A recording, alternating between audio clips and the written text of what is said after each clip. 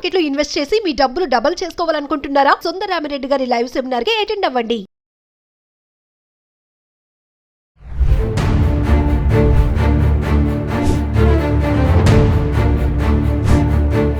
నమస్తే, welcome back to Suman TV. ప్రస్తుతం మనతో పాటు ఉన్నారు ఫ్యామిలీ కౌన్సిలర్ రజనీ రమ గారు. నమస్తే మ్యామ్. నమస్తే నవీన్. మేడం, నేను ఒక ఇంట్రెస్టింగ్ టాపిక్తో వచ్చాను.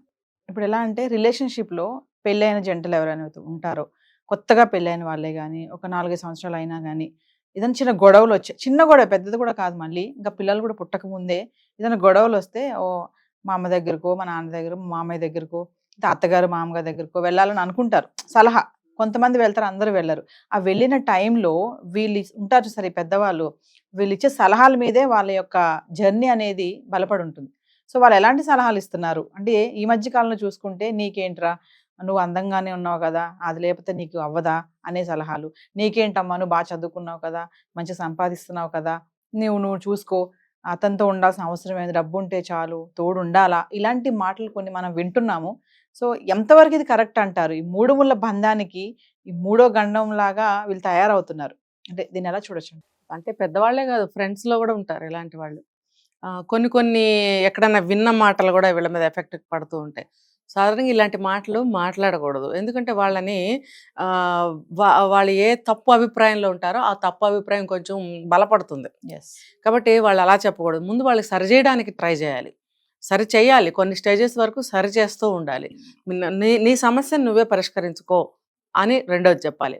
నెంబర్ 1 ఏం చెప్పాలంటే, నువ్వు సరి చేసుకోవాలి, నువ్వు అడ్జస్ట్ అవ్వాలి. అమ్మాయికైనా అబ్బాయికైనా సరే, ఒక అమ్మాయికైనా నేను చెప్పట్లేదు, ఎవరికైనా సరే ముందు మీరు అడ్జస్ట్ అవ్వాల్సిందే. రెండోది మాకు చెప్పకండి. ఈ రెండు కనుక వాళ్ళు పాటించినట్టయితే దాదాపు 50% అక్కడ కంట్రోల్ అవుతుంది. ఏ సమస్య వచ్చినా మా దగ్గరికి రాకండి, మాకు చెప్పకండి, ముందు మీరు అడ్జస్ట్ అవ్వాల్సిందే, మీరే సాల్వ్ చేసుకోవాలి. ఫస్ట్ ఏంటంటే అదే చెప్పాలి, మీ సమస్య మీరే సాల్వ్ చేసుకోవాలి, మీరు అడ్జస్ట్ అవ్వాల్సిందే, ఈ రెండు చెప్పాలి. తర్వాత మా దగ్గరకు తీసుకురావద్దు, మన ఎత్తి మీద పెట్టద్దు, ఇవన్నీ చెప్పాలి. అంతేగాని చాలామంది ఏం చేస్తారంటే, నువ్వు ఇంత కష్టపడి మేము పెంచాము, పెద్ద చేసాము, ఇంత కష్టపడి చదువుకున్నావు, నువ్వు సంపాదిస్తున్నావు, తల ఉంచుకుని బతికే రోజులు పోయినాయి, మేము మీ నాన్నలతోటి మా మామగారులతోటి పడి ఉన్నాము, మీరెందుకు పడాలి, అవసరం లేదు, మీరు దర్జాగా ధైర్యంగా ఉండండి, ఏ తేడా వచ్చినా వచ్చేయండి, ఇలాంటివి చెప్పటం వల్ల ఆ బరువు, బాధ్యత, బాధ, కష్టం, నష్టం, మానసిక వేదన, మెంటల్ టార్చర్ అన్నీ కూడా తల్లిదండ్రులకి, వీళ్ళకంటే తల్లిదండ్రులకి ఎక్కువ ఉంటాయి. కావాలంటే గమనించవచ్చు మనం. ఎందుకనంటే, అరే ఏంటి మేము కష్టపడి ఇంత డబ్బు పెట్టి పెళ్లి చేసి పంపిస్తే మళ్ళీ తిరిగి వచ్చి మా ఇంటికే వచ్చిందే, మీరు అలా రాకుండా ఉండాలంటే మీరు అనవలసిన మాటలు అవి. మంచి సలహాలు ఇవ్వాలి, లేకపోతే వచ్చి మళ్ళీ మీ దగ్గర బాల్ గోడకు కొడితే మళ్ళీ తిరిగి మన మొహమ్మకే వస్తుంది. కాబట్టి మీరు ఏ సలహా ఇస్తారో అదే తిరిగి మీ దగ్గరకు వస్తుంది. కాబట్టి మనం ఏం చేస్తామో అదే తిరిగి మనకి రిజల్ట్ చూపిస్తుంది. కాబట్టి మీరు ఎంతసేపటికి మీ ఇంటికి రాకుండా ఉండే పద్ధతిలో సలహా ఇవ్వండి. మీరు మీ ఇంటికి వచ్చేలాగా సలహా ఇస్తున్నారు, ఆనకేమో మళ్ళీ ఇంట్లో కూతురుతో కూడా గొడవలు వస్తూనే ఉంటాయి. మరి ఎందుకు మీరు ఆ సిచ్యువేషన్ తీసుకొస్తున్నారు? మీరు హాయిగా పిల్లలకి అటువంటి సలహాలు ఇవ్వండి. ఎందుకంటే మీరు కూడా, పెద్దవాళ్ళు కూడా జీవితంలో ఎన్నో కష్ట నష్టాలు ఓర్చుంటారు, వాళ్ళకి ఎన్నో ఎదురు దెబ్బలు తగిలుంటాయి, ఎన్నో అనుభవాలు తగిలుంటాయి. అవన్నీ గుర్తుపెట్టుకుని అటువంటి సలహాలు వాళ్ళకి ఇవ్వకూడదు. అవన్నీ మళ్ళీ ఎదుర్కొనేటట్టుగా వాళ్ళకి సలహాలు ఇవ్వకూడదు. అవి వాళ్ళ జీవితంలో ఇటువంటి పరిస్థితులు రాకుండా ఉండేటట్టుగా వాళ్ళకి సలహా ఇచ్చినట్టయితే వాళ్ళ జీవితాలు బాగుంటాయి, వీళ్ళు కూడా ప్రశాంతంగా పెద్ద వయసులో శాంతిగా ఉండగలుగుతారు. ఇంకొకటి ఏంటంటే, ప్రతి దానికి వేలు పెట్టకూడదు వాళ్ళ జీవితాల్లో.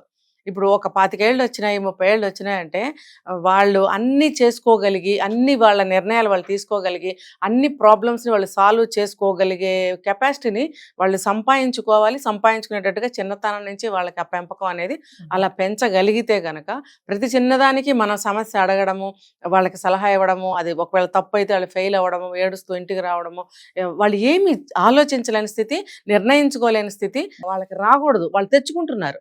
ఎందుకు? ఈ పేరెంట్స్ వల్ల. కాబట్టి నేను చెప్పేది ఏంటంటే, ఈ 2 కేటగిరీలు మనం ఒక వీడియోలో మాట్లాడుకున్నాం. ఒకళ్ళేమో ముందు తల్లి ఏడుస్తూ మాట్లాడుతున్నాడు, అమ్మా నువ్వు ఇంత దూరం వెళ్ళిపోయి ఎలా ఉన్నావే, నేనే జడేయాలి, నేనే అన్నం పెట్టాలి, నేనే బట్టలు తీసి ఇవ్వాలి, ఎలా బతుకుతున్నావే అని కన్నీళ్లు గారిస్తే, ఆ పిల్లకి ఇంకా భయం పెరిగిపోయి, నిజమే కదా, నేను ఇలా గుబలాగా ఉండేదాన్ని అమ్మ దగ్గర, అమ్మ చేతిలో, ఇప్పుడు నా బ్రతుకు ఇలా అయిపోయింది అని ఆవిడ ఇంకొంచెం ఏడుస్తుంది. అంటే అసలు ఆ పిల్ల ఏడవదు, ఈవిడ ఏడవటంలో ఆ పిల్ల ఏడుస్తుంది. రెండో వాళ్ళు ఎలా ఉంటారు, అమ్మ ఊరికే ఫోన్ చేయకు, ఏడవకట్లా, ఎందుకు ఏడుస్తున్నావు, నన్ను ఏడిపిస్తున్నావు, ఎందుకు, నేను కూడా ఏడవాలనా, నేను చూసుకోగలను, పెట్టే ఫోన్, అన్న అమ్మాయి సక్సెస్ వెళ్తుంది.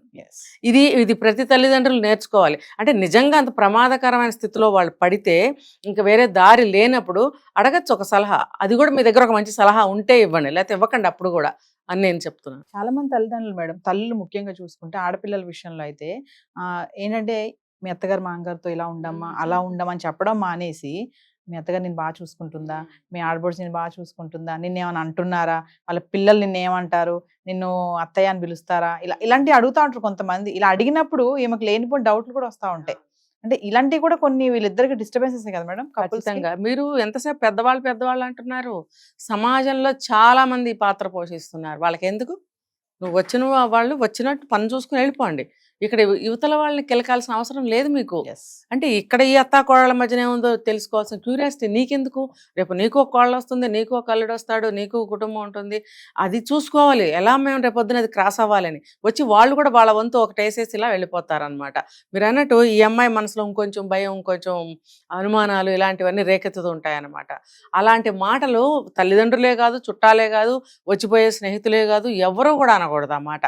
దానివల్ల ఏంటంటే ఆ బ్రెయిన్లో పనిచేస్తుంది, ఫలానా ఆవిడ వచ్చింది ఇలా అడిగింది అన్ని దాని మీద వర్కౌట్ చేస్తుంది ఆ అమ్మాయి. చేసి లేనిపోని వెతకడం స్టార్ట్ చేస్తుంది అత్తగారి దగ్గర కానీ ఇంట్లో ఉండే సభ్యులు ఎవరి మీదైనా సరే. ఆ ఆలోచనని రేకెత్తించకూడదు. ముఖ్యంగా ఇంట్లో ఉండే తల్లిదండ్రులు, ఇంట్లో ఉండే అన్నాను, వేరే దగ్గర నుంచి అయినా ఫోన్ చేసి అయినా సరే, ఎప్పుడైనా వెళ్ళినప్పుడైనా సరే వాళ్ళు కూడా వీళ్ళ ఆలోచనల్లో పెట్టకూడదు. అలాంటివి పెడితే లేనిపోని వచ్చేస్తాయి. ఏం చెప్పాలి, ఏదైనా ఈ అమ్మాయి సమస్య చెప్తే నువ్వు సర్దుకో అని చెప్పగలగాలి. ఆ చెప్పినప్పుడు మాత్రమే మీరు చెప్పాలి. ఇలా ముందుగానే మీరు అడగడం ఎందుకు? మీ అత్తగారు బాగా చూస్తుందా, మీ ఆడపడుచు బాగా చూసి, ఏదో పోనీ మీకు కొత్తగా పెళ్లి చేసి పంపించారు, మీకు అంత మనసులో వ్యాకులతగా ఉంది అని అంటే ఒకసారి అడిగి ఊరుకోండి. అమ్మ అంతా బాగుందా అని అడగచ్చు. అంటే మనుషులు అంత తొందరగా ఎలా మారిపోతారు? ఇదేం సినిమానా అంటే కాదండి, ఇది సినిమా కాదు. రియల్ లైఫ్లో ఇలా చెప్పే మాటలను ఇంప్లిమెంట్ చేయాలంటే అసలు కుదరదు, చాలా కష్టం కూడా. కానీ మనం కాలమాన పరిస్థితుల ప్రకారం కొన్ని మార్చుకోవాల్సిన అవసరం ఎంతైనా ఉంది, సంస్కరించుకోవాల్సిన అవసరం ఎంతైనా ఉంది. ఇప్పుడు కొన్ని మాటలని అలా కాకుండా ఇలా చెప్పొచ్చు అని అంటాం కదా, అలా అనమాట. అలా అడిగే బదులు ఇలా అలవాటు చేసుకోవాలి కొత్త లాంగ్వేజ్ని. మనం ఎన్నో తెలుగు పదాలు మర్చిపోయాము, ఎన్నో కొత్త పదాలని యాడ్ చేసుకున్నప్పుడు మరి ఇదెందుకు మనం అలవాటు చేసుకోలేము?